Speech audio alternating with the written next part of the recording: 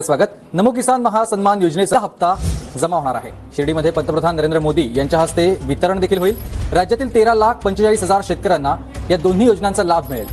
कृषी विभागाकडून 1,720 कोटी रुपयांचा निधी मिळाल्याचं कृषी मंत्री धनंजय मुंडे यांनी सांगितलं। पीएम किसान अपडेट। फक्त 15 जिल्ह्यांमध्ये पैसे जमा, बाकी शेतकऱ्यांनी घाई करू नका मित्रांनो।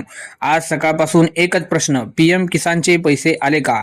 पण जर तुमच्या खात्यामध्ये पैसे आले नसतील तर लगेच घाबरून जाऊ नका, कारण आज संपूर्ण महाराष्ट्रात नाही तर फक्त 15 जिल्ह्यांमध्ये काही शेतकऱ्यांच्या खात्यातच पैसे जमा झाले आहेत, म्हणजेच पैसे आले आहेत, पण सगळ्यांसाठी नाही।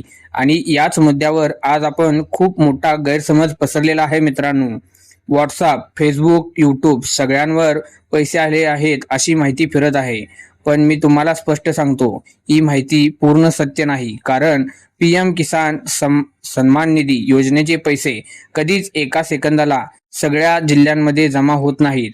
आजच्या अधिकृत अपडेटनुसार पैसे टप्प्याटप्प्याने पाठवले जातात मित्रांनो। पहिल्या टप्प्यामध्ये फक्त 15 जिल्ह्यांमध्ये काही लाभार्थ्यांच्या खात्यातच रक्कम जमा झाली आहे।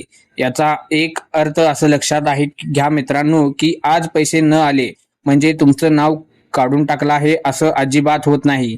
फक्त तुमचा जिल्हा या पहिल्या टप्प्यामध्ये नाही असा एवढाच अर्थ आहे याचा। आता सगळ्यात जास्त विचारला जाणारा प्रश्न म्हणजे आमच्या जिल्ह्यात पैसे का आले नाहीत?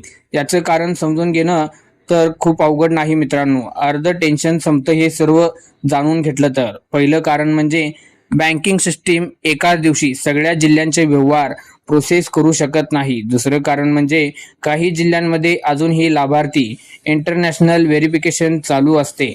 तसेच तिसरं कारण म्हणजे महत्त्वाचं कारण, ज्या खात्यांमध्ये थोडीशी टेक्निकल प्रॉब्लेम किंवा अडचण असू शकते त्यांचे पैसे पुढच्या टप्प्यामध्ये होल्ड केले जाऊ शकतात मित्रांनो। इथे एक गोष्ट खूप स्पष्ट सांगणे गरजेचं आहे, ते म्हणजे आज पैसे आले नाहीत याचा अर्थ उद्या येणार नाहीत असं नाही। पण जर खालीलपैकी एक जरी अडचण असेल तर पुढचा टप्पा चुकू शकतो।